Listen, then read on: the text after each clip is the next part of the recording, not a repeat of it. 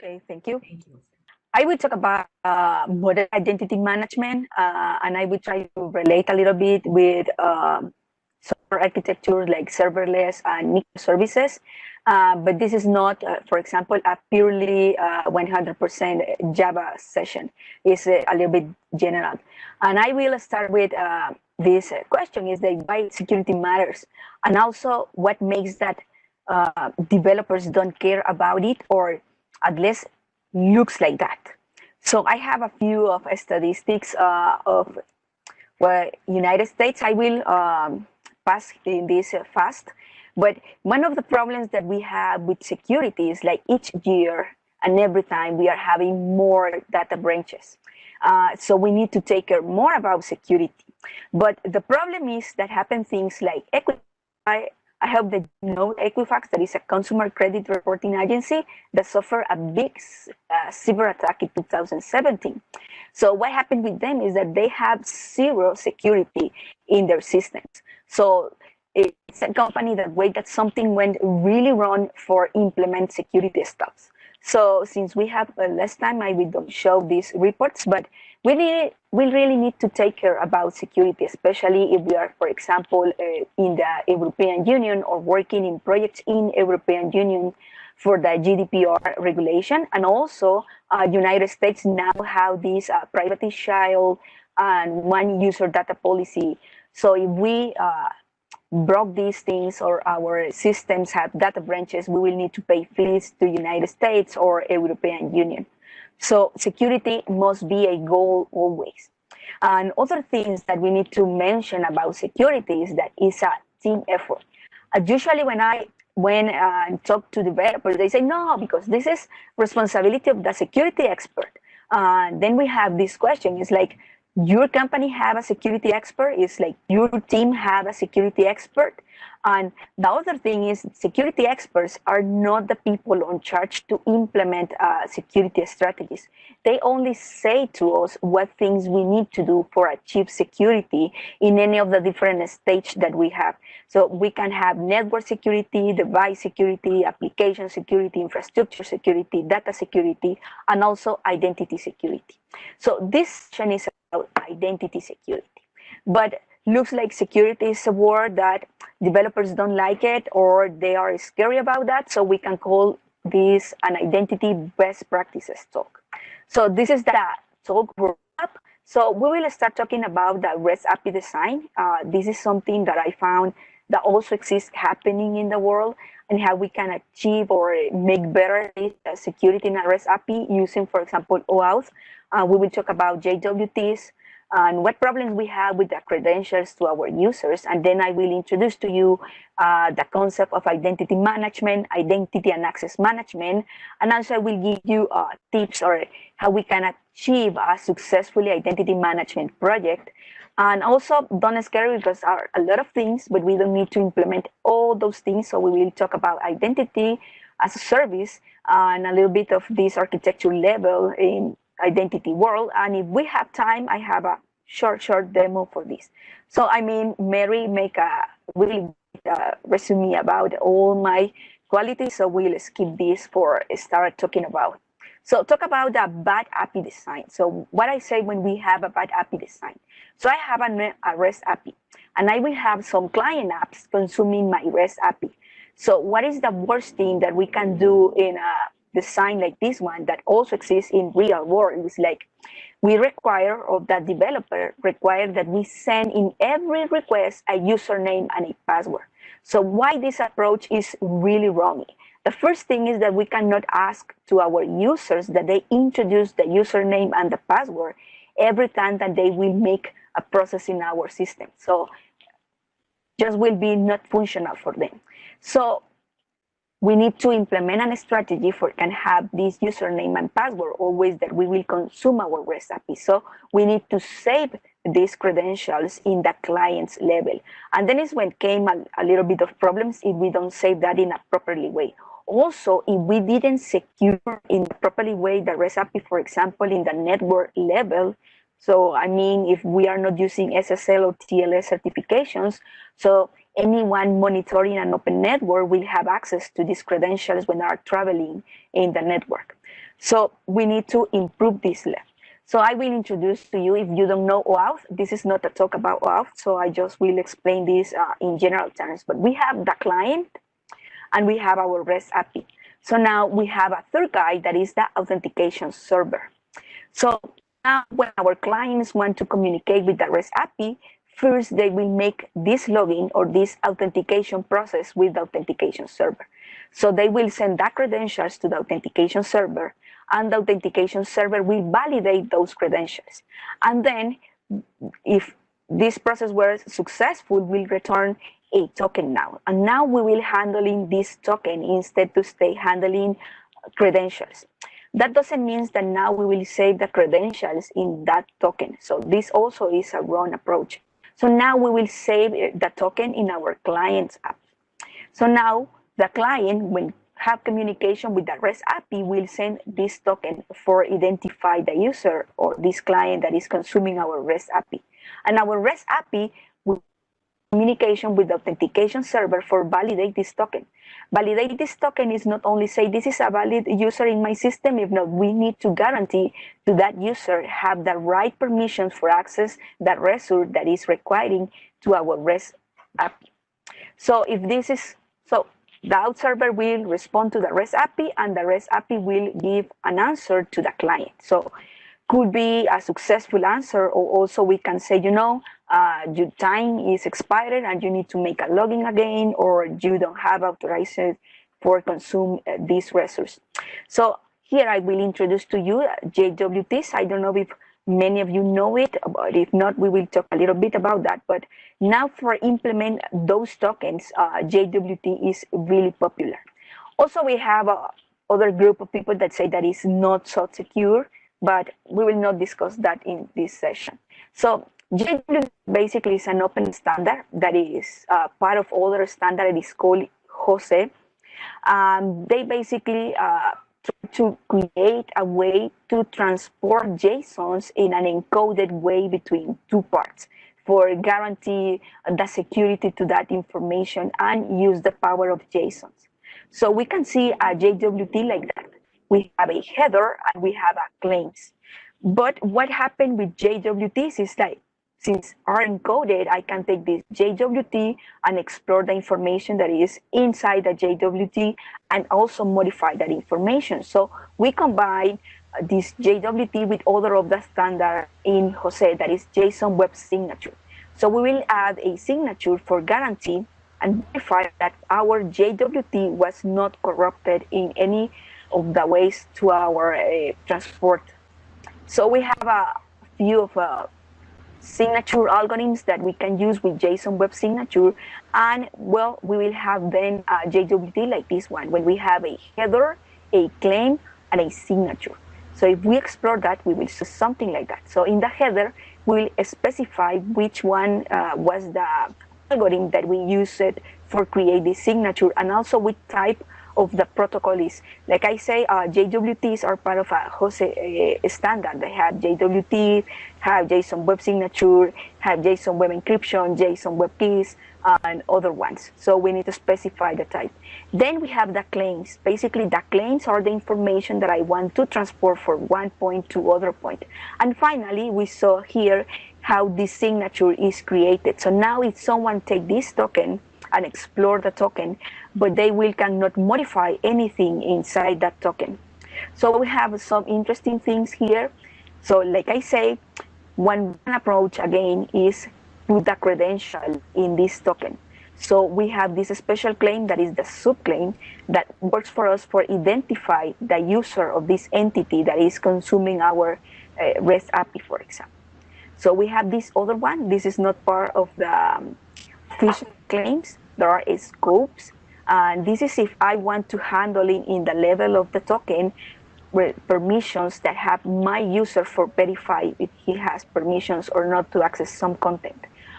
This is something that we can choose how to handle that, but I can receive a token and verify with my database if this user has permissions or not. So it's not part of the formal standard. So Then this is other interesting one, the type, and I mentioned that because our system is usually as not make in the same programming language, unless not all the parts to my system. So I can have mobile applications made with Kotlin, with Swift, but I can have a backend made in Java, I can have a frontend made with TypeScript, and I will require different libraries if I create in all those points JWTs. So some libraries exclude this tag because always will be a JWT.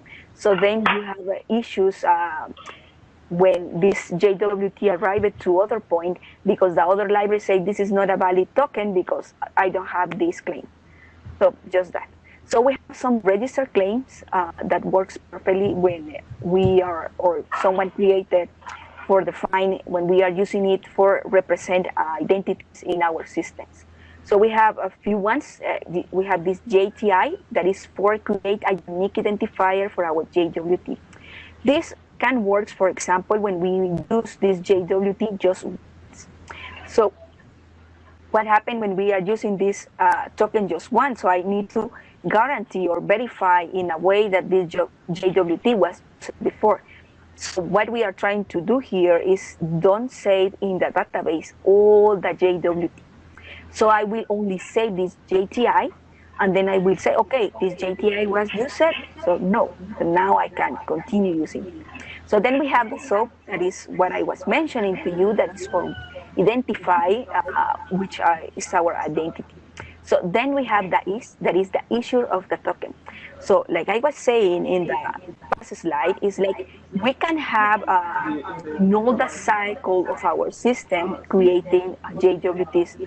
So JWTs are also used for make a information exchange. So that means that my clients, my mobile apps or my frontend can create JWTs, not only my backend. So in that case, I can use this tag for say which all points that I have in my system was the one that created this token. So then we have the exp that is for say in which moment this token is expired. So it's when I have time sessions. So what problems we can solve with JWTs? We can solve authorization, authentication, federated identity, information exchange, client-side sessions, are also client-side secrets. In this case, I am talking about JWTs for solve authentication and authorization. So if someone have problems knowing which is the authentication part and which is the authorization part, so the authentication process is when we make the login. So basically when a client send the credentials and obtain a token. And the authentication process is everything that happened after a login and when we need to verify that this is a properly user, that was a properly token, was not corrupted, the expiration, the session is not expired, and also that user has permissions to access the resource that is requiring. So all this is the authorization process. So if you want to read more about JWTs, I suggest this website that is jwt.io. Also recommend to you a lot of libraries for many programming languages, or if you want to explore more about to use JWTs in other contexts like make federated identities or client-side sessions, you can read this handbook. So what we are doing here is improve our API design. So now instead to send a username and a password, we will use a token. So this is like a pure basic problem that we have with credentials. Now talk about all the problems that we have, is the user credential problems. So we saw that not only with our clients, if not also with us as developers when we are making systems and we make things for tests or something like that. One of the things is like, well, people notice that this is not a really good and secure way, and they want security alternatives, right? But we have single signing on as our primary security strategy. And the weakness of these traditional credentials are well documented now. But the developer industry, we are continue using that as our primary security method. So what is the problem with that is the password. So also with all these data branches, when passwords are exposed, and one of the things that happen with user is that Also with us, it's like we tend to use the same password, so the same credentials, the username and password in all the places. Why is that? It's really hard to remember all the password for all the platforms that we are using in nowadays. So what do the developer industries like? We need to create rules for our users, create a super secure password. So we have things like that one. So we have this grandpa creating a new password and dealing with these rules. So we have, okay, you want a uppercase, here is a uppercase. You want a number, this is a number. You want a special character, here is a special character. So they finally, okay, I think that we need to, I will close it and I will continue.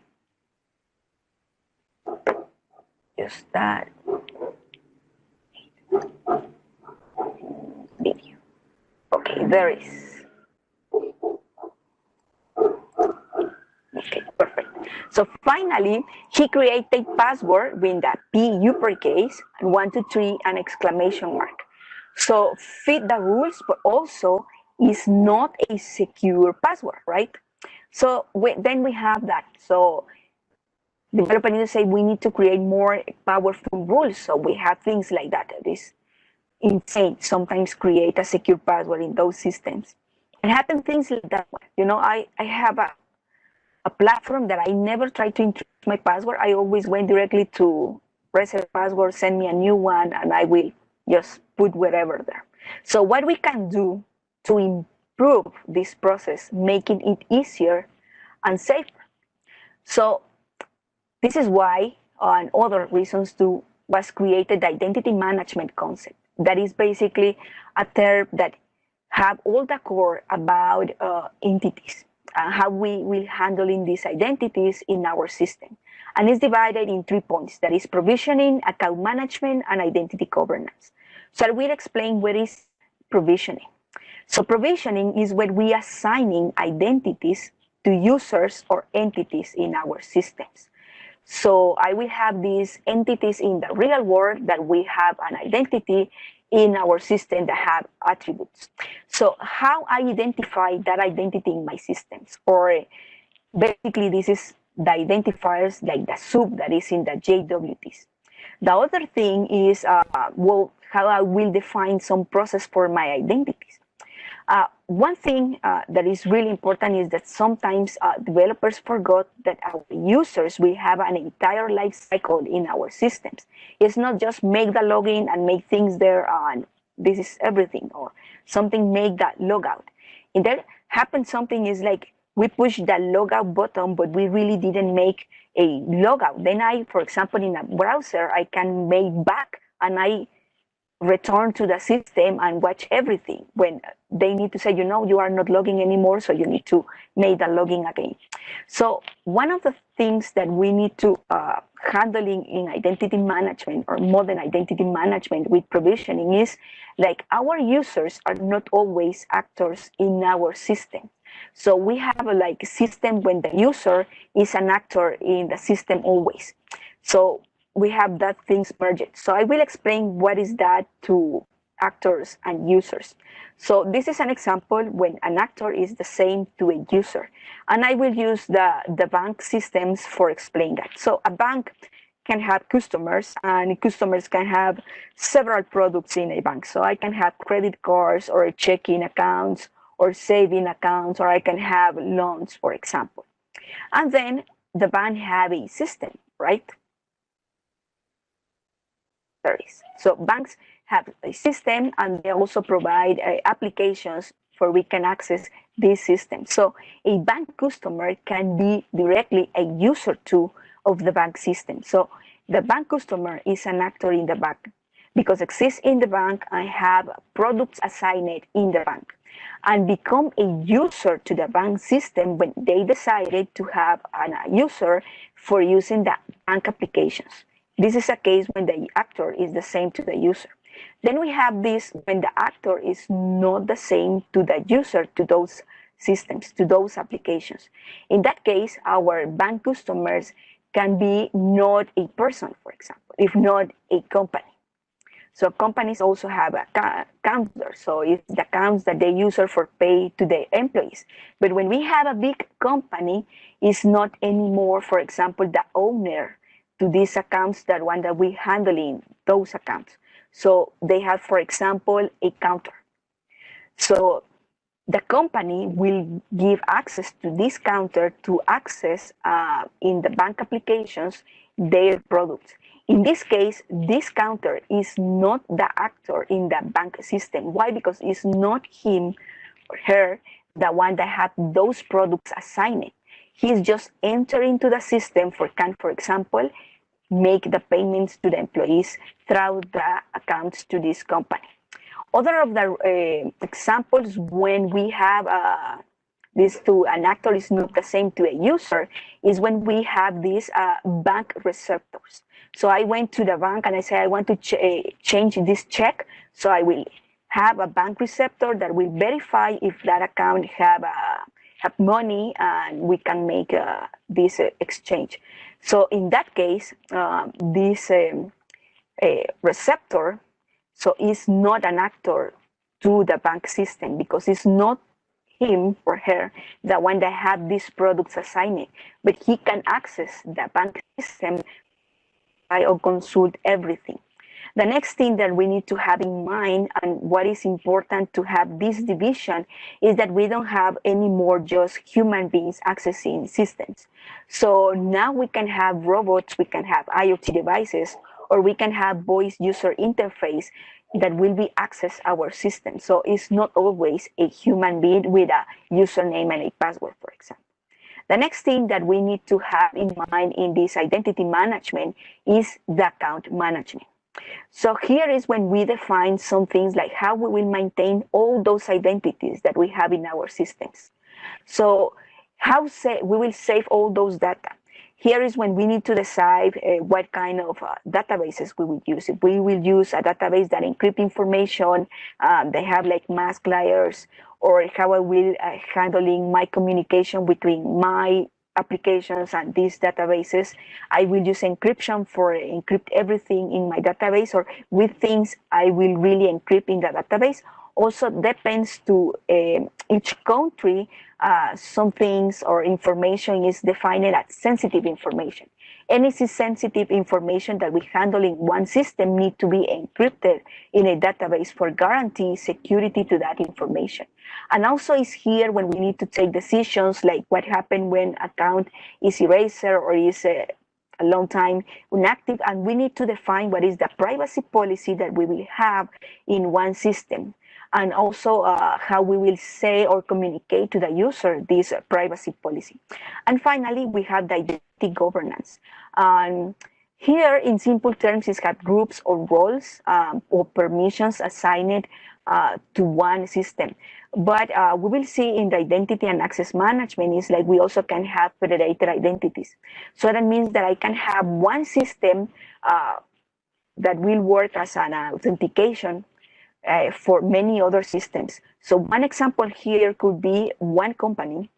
So I was in companies that they have like different products inside the company. So we have a system for sellers. We have a system for our providers, or we have other different systems for handling all our employees, or things like that. But for example, these three systems, each one of them have a different authentication system or his own authentication system. So when I want to make login in the seller system, I have one credentials for the seller system.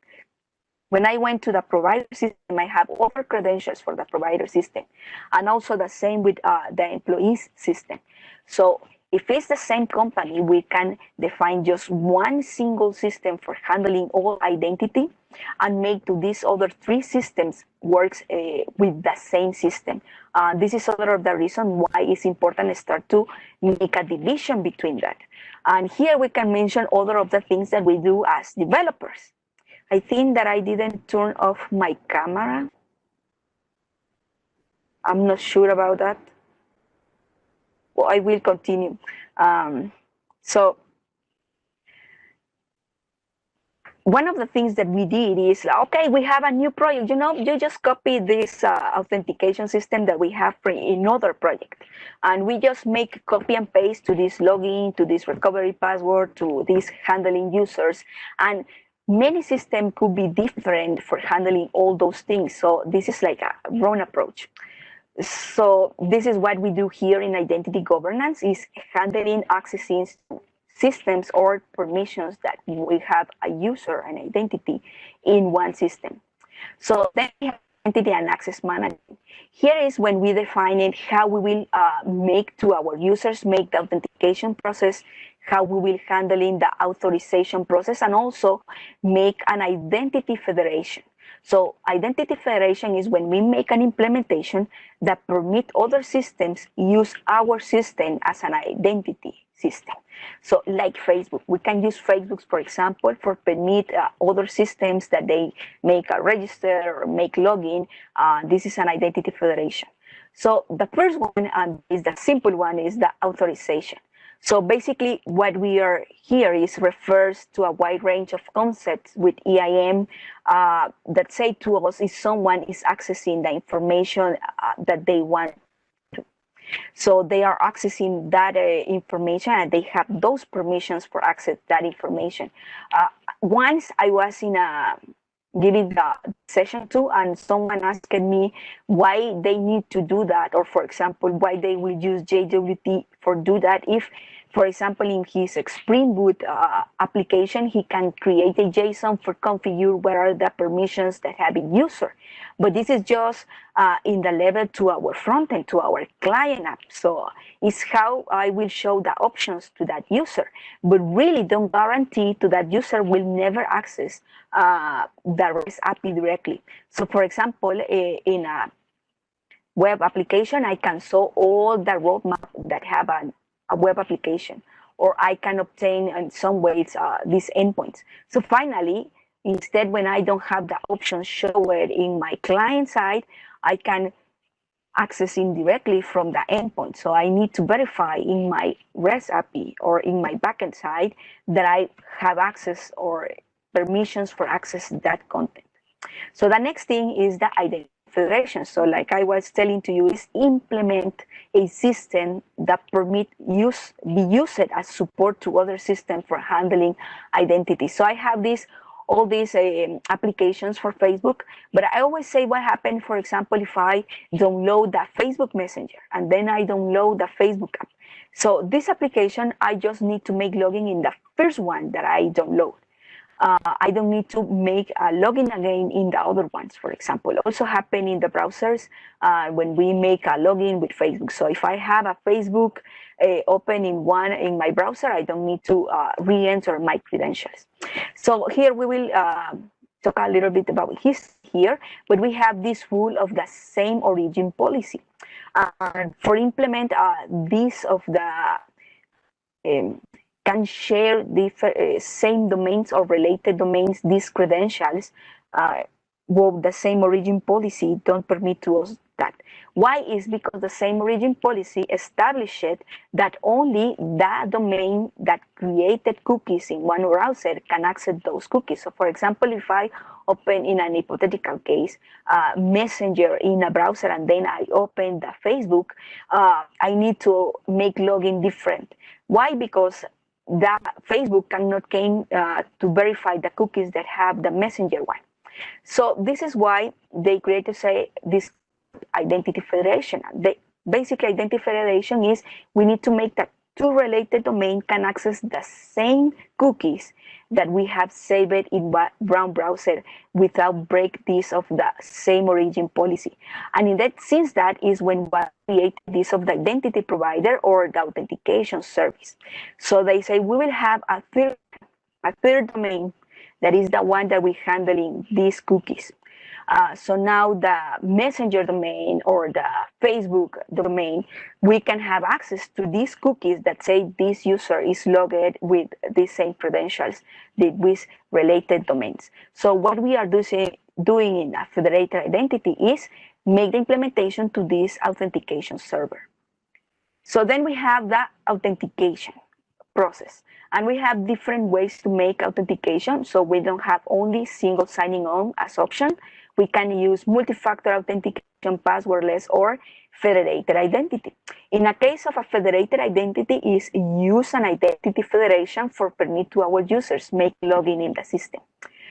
So the single signing on, we will not talk about this one. So we will talk about federated identity. So like I say, is use other federated identities like Facebook. I will show we have a lot of ones. I will skip this like fast because I think that I am running on the time. So this is a really interesting one. Is from Europe. Also, for example, people in Sweden, they use this Swedish bank ID for access any government thing. They just have one credentials for access anything in the government. I was talking in one of my talks around the world with one guy for Swedish, and he said this is really wonderful. It's really simple. It's really easy. I don't need to stay remembering credentials.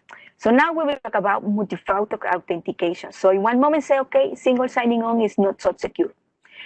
So we need to improve single signing on. So we will make a combination of things. So now we have the users make a login or an authentication with something that they know, that basically is their username and their password. So we need to combine that with something that they have or something that they are, that is metrics. So we also make a single signing on, and we combine that with introduce a token or make a facial recognition or make a fingerprint. So this is what we call as multi-factor authentication. Also, we call that as two steps verification. So for example, Google has this of we make a login and they send to us a code to our through SMS, for example. Here I have other example that is called a Guardian. So Guardian, what makes is that we make a login in a website, and this website generates this QR code. And then we, with Guardian, read this QR code.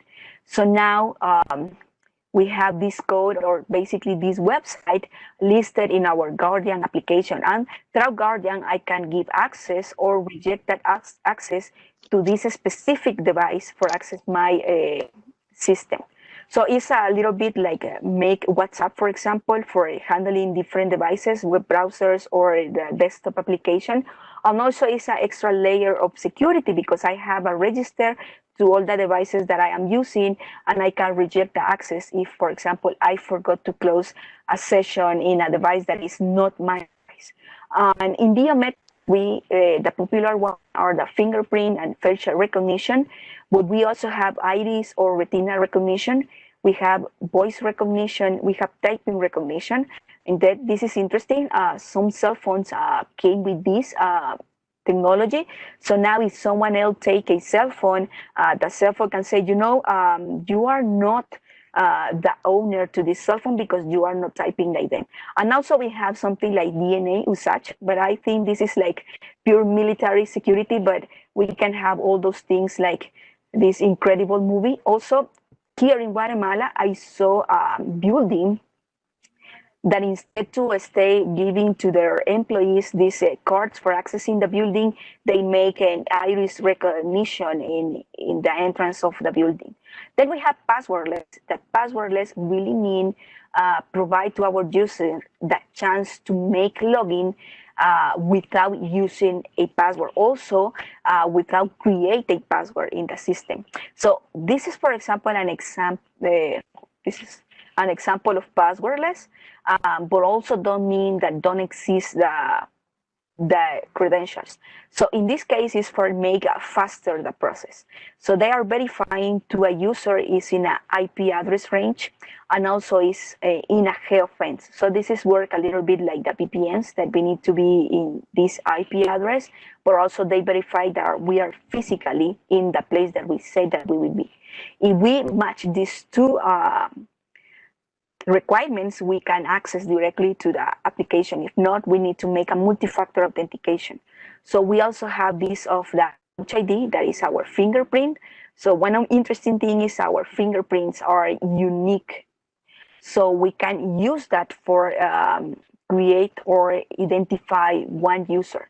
So this is a flow that we make the fingerprint reading, we verify if exists, if not exists, we create that in the system. If not, well, we go directly to create the token and the user is properly signed. Then we have SMS code that is also really popular. I recommend sometimes don't use just the SMS codes with any other like sister method for make login. So for example, if we travel a lot, we not always have rooming. So for example, when I travel sometimes to Africa and I didn't have rooming there. So if I will have a system that send me an SMS code for access, I couldn't access that system because I cannot receive an SMS code. The other one is the magic link. For example, maybe you use a lot of Slack, but Slack is really great for explaining this of the magic link. So we basically put our email and then send to us a link and we can access the system. Some interesting with the Slack is like when we are making access in a computer, in the web browser, or in a Slack application, we need to introduce our credentials. So the magic link only works when we are using it in the mobile application. Then we have other kind of strategies similar to that one. For example, I am using now a StreamYard for make live streamings. And in a StreamYard, I only put my email address and they send to my email address a code and I use that code for access. So it's a code that only have one time of valid. So it's other interesting approach for done handling passwords. So then how we can have a successful identity management project. And here we will return to say, well, we need to remember that our users, our identities have an entire life cycle inside our system. It's not make a login in. So we need to ask to us many things. Other is that now we are like making migration to legacy applications for match with the new cloud approaches. So that means also some identities, those users pre-exist in one system and we need to migrate them to a new system. So this is not things like I say is our suggestion for Auxiro Bonnie Wilson. So he bring all these questions. So the first one is how will users accounts be created? So for example, we can have systems where the users will make a register.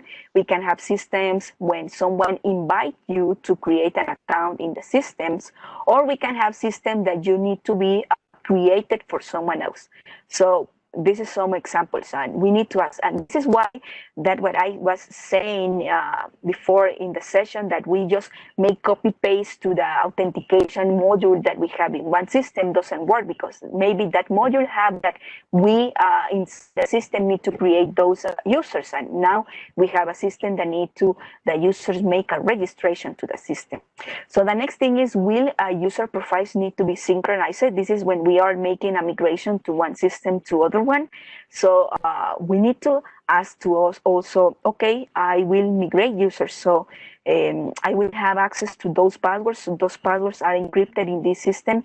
I will have access to the algorithms and the keys that are for make that encryption, or I will need to require to all those users that they recreate a new password for access the system. So we need to ask questions here. The next is the username uniqueness. We not always we have, for example, the email address or uniqueness. We can create other uniqueness, especially for using this subtag in the JWT. So how I will identify that user in my system. The next thing is, how will users make a login? So I really need use single signing on. I can skip the single signing on and something like make a StreamYard that I'll just put my email address and they send me a code, or I need a more deep security. So everything depends to our system. So I will not put a multi-factor authentication with DNA when I just, I don't know, handling, I don't know, the user create an account for have notes, for example, that.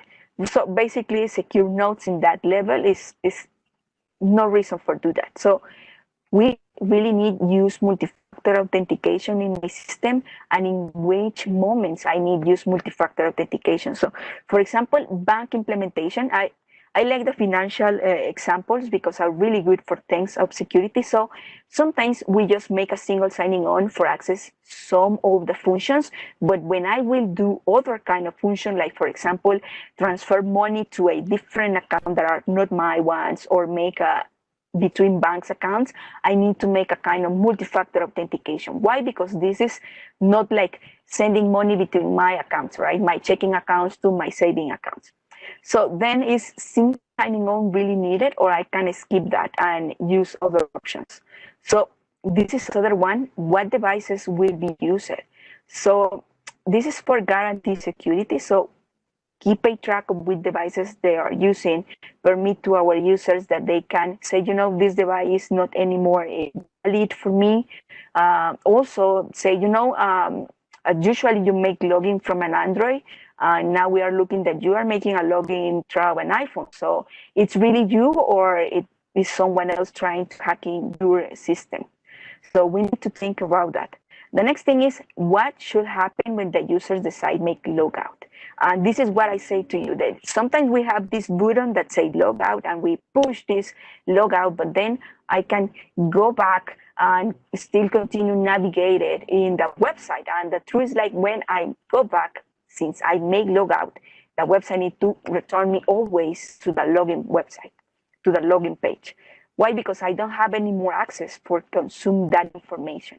The next thing is, how will browser configuration influence in sessions?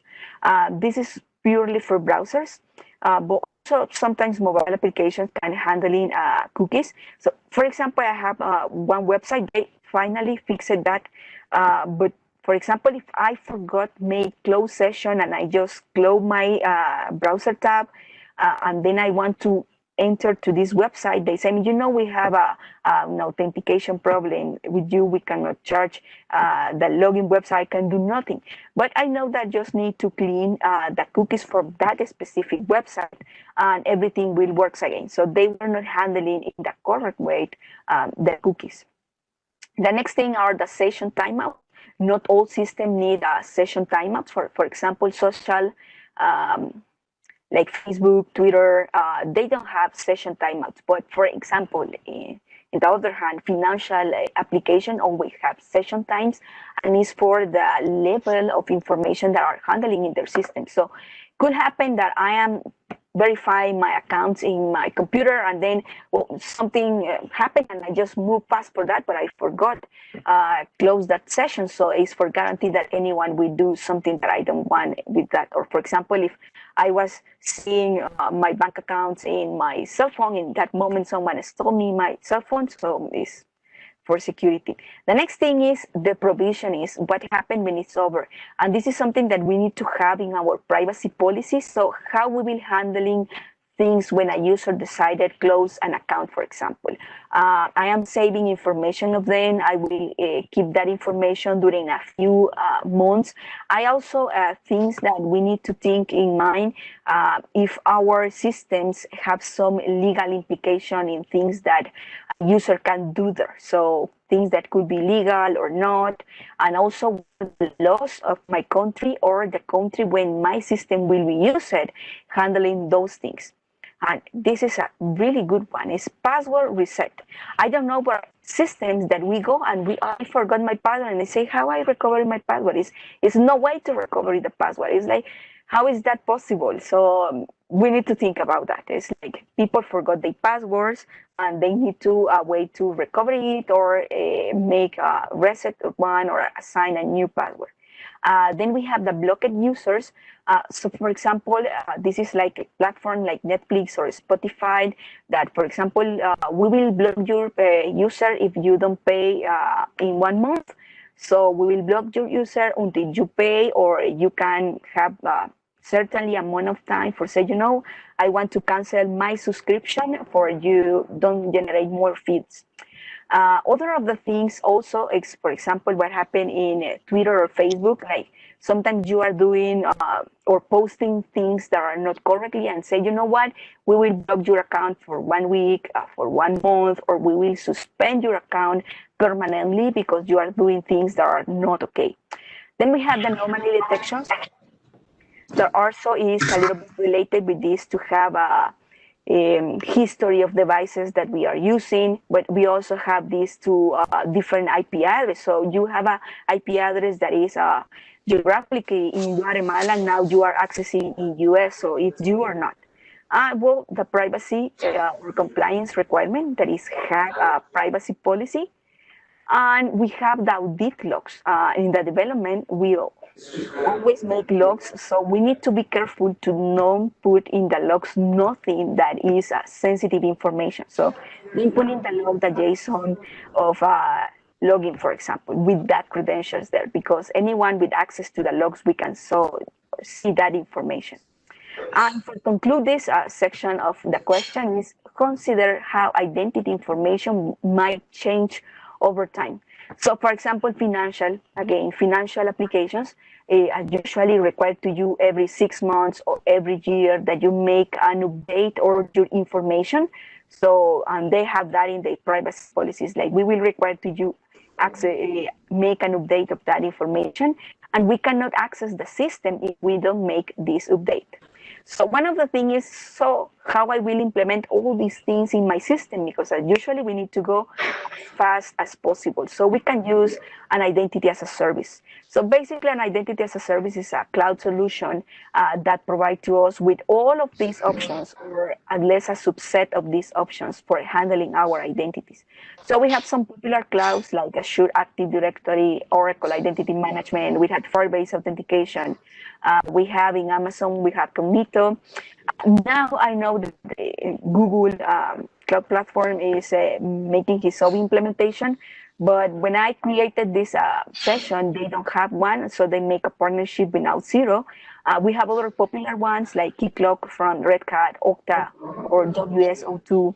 And these are just other providers that are like less popular, but also works. Now talk about architectural level. So I think that my time is expired like 10 minutes ago, but I will finish this. So we have these REST APIs. And basically in our REST APIs, we have a monolith, a microservice, or a serverless.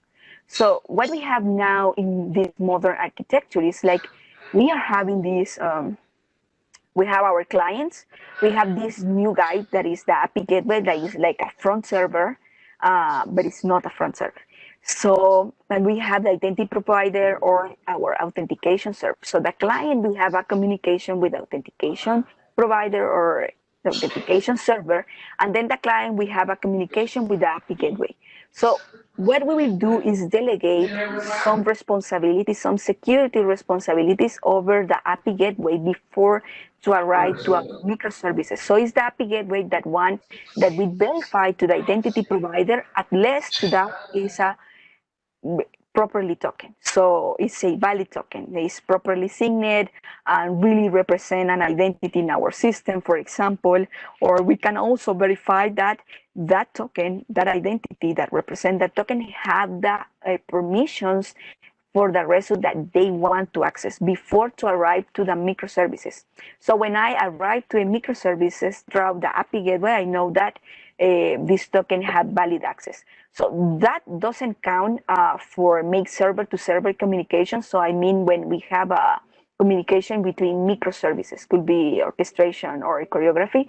So that's or other strategies. Just this is directly from a client to a microservice. And also it's the same thing in serverless. So what happened in serverless is like we have the function as a service. Every function run, so we have one function per request. And we basically pay just when the function is running. So what we are trying to avoid here is that that function never run if we really don't need to make it run. So we will use also the authentication server, the client, we have communication with the authentication server, then the API gateway we verify to the authentication server, that is a properly token that really have access, and then finally we'll call the function for the function to start running and answer to our client. So I don't know if I have time, but I have a quick demo, but if not, well, I have a host put these slides in this GitHub repo. This is my fan page and my Twitter handle. If someone want to ask me something, make a comments or whatever, so I am here. I don't know if we will have like time for questions, or if I can make my demo. Mercedes, this is Anatolian. Hi, everybody. I apologize for my late arrival. Hopefully you can hear me. Yes. I think that, listen, the purpose of this whole thing is for individuals who are enthusiastic about topic security, and we love to see things. We love to see things work. So I would say, forget about timers, right? Let's Okay. make the most of this time. I mean, this is virtual. Anyone need to run to home on this? Okay, so will you? Okay, yeah, I am showing here. Yeah, I think that maybe the rest of the folks, I mean, just want to make sure that it's not like, kind of like too late. But I think if 5 minutes or something, please go ahead. Yeah, no problem. Is enough time for like 5 minutes? Yeah. Sure, yes. I make the most simple example. So basically here, what I am doing is just verifying to this token is properly signed. That is the most easy thing. So I have here, I am using a gateway that is called Express Gateway, but you can use whatever. So the clouds also have their own gateways. And I have here the key when my tokens are signed in a cloud, an identity as a service. So then I have here my configuration file when I will define all the things. And I have some function as a service in Google in Firebase function. So what I have here is I define if I will use HTTP or HTTPS, and I am saying which is the port when my gateway will be listening. So then I have the API endpoints. The API endpoints I like to call are like the last name to my domain, for example. So here my domain will be localhost, and I will have a API endpoint listening for hello world. And I define will be any host. I can put here also a local host. So API gateways can do as a front-end server that can listen in different domains. And I have here the method, and I only will receive requests that came like post. Then I have this is the hello world API endpoint. Then I have validate JWT is the same, and I have API email, right? So then I have the service endpoints. So the service endpoints is when I will point these last names to other one. To could be where is your microservice in this case, or the URL for my function as a service. I have defined my policies. So always we have the proxy one, and I am including one that is JWT. So now we saw the pipeline. So in my pipelines, I define a modern IDM, so I associate an API endpoint. So when I list the last name, hello world, then I have the policies. So I put the JWT. So here is I will verify a JWT that came in my header authentication, and I will validate that with this key. So verify that was signed with this key, and I will not save anything previously. Or if exists credentials or things like that. And then we have the proxy that is say which action will happen. And so if this is correct, they will redirect to the server endpoint. So basically it's my function that is called hello world. And I have one too for validate JWT. This also is in my GitHub repo if you want to saw it. So now I have here in some, it's like, it's a tool for test RESTful things. So I have here my local host with the hello world last name. I have here like an old JWT. So this is a token that I generated before, but now need to save me, for example, other of the things that I am making here with this PIN key that I have saved also is verified to this token is not expired. This is other of the things that I am doing. So when I send that, will say me I am unauthorized, and it's because this is not anymore a valid token. So now I will try to find a new token that I am using with a identity provider. So I have here the new token. Other of the things that we need to see here is that usually when we are using these tokens for authentication, they are coming with this tag that is bearer. If we don't put this tag also will say to us that is not valid. So now I will send this. And yeah, there is. So I have here something that say hello from Firebase. So for example, now I will remove the beer and we will show that say that we are unauthorized. So now I will use this same token. For example, this is order of the things that I have. Here I am sending a message. It is from Guatemala to Chicago. So now my function is returning me. So this is called from Guatemala to Chicago, and this is my valid token. So this is like a quick demo, for example, to you what we can do in the side of the API gateway. So in this case, I am validating two things. It's properly signed, and also my token is not expired.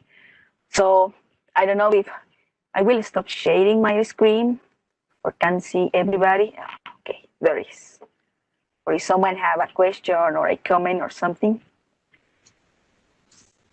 Thank you. Yes, anybody can turn on your video if you want to talk directly and interact with Mercedes too. So Mercedes, I do have a question for you, right? So coming from the consultancy side of the house, right, we oftentimes work with organizations, and much like the attendees on this meetup, a lot of them are practitioners in the security arena. So what would be some of your recommendations, top recommendations on how to get an effective IAM program in place? Are there frameworks they should be aligning to? Are there technologies and stacks they should be looking into to learn more?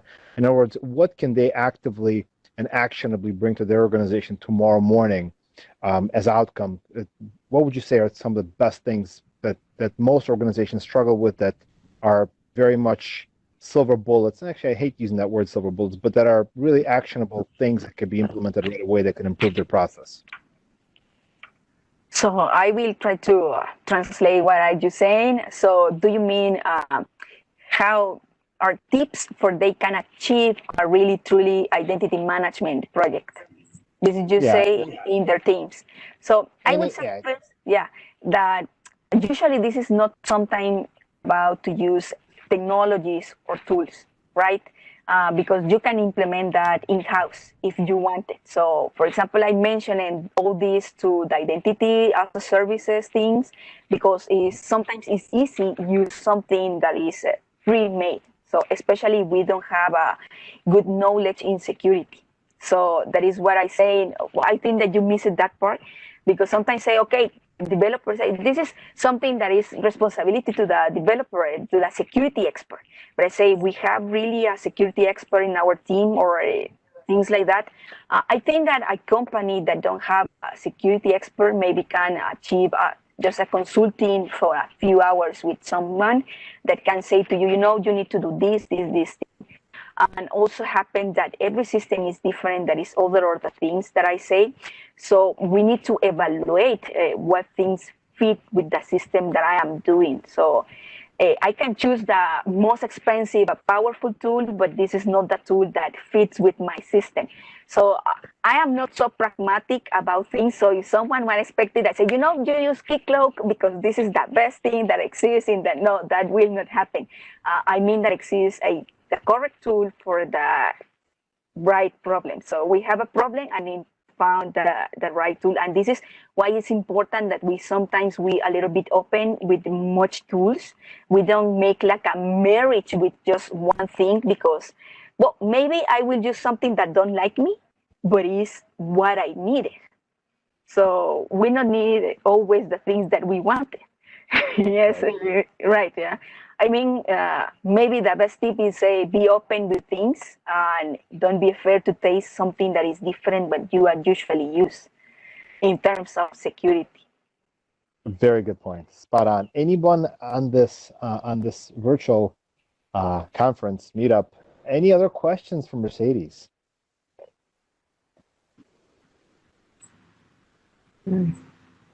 Well. No. In the interest of time, Mercedes, would it be okay for anyone that does have questions to reach out to you? I know you've had your contact information. If not, it could be on Twitter or something like that they can write me. That happened because sometimes people have really specific questions. Yeah, so it's okay if they write me on Twitter. I am there. Excellent. Well, thank you so very much for taking some time off and carving out some time and preparing and executing this. Certainly, I think this is very, very valuable. I hope there were some very valid and good points and strong points for everybody in attendance. And of course, as you have questions that come up, please do reach out to Mercedes. both to thank her for her time and her for contributions to the community, as well as if you have any technical questions or discussions or anything else that you'd like to ping her for, by all means, please do. And Mercedes, thank you very much. It's Thank you. excellent. I'll give you the virtual applaud here.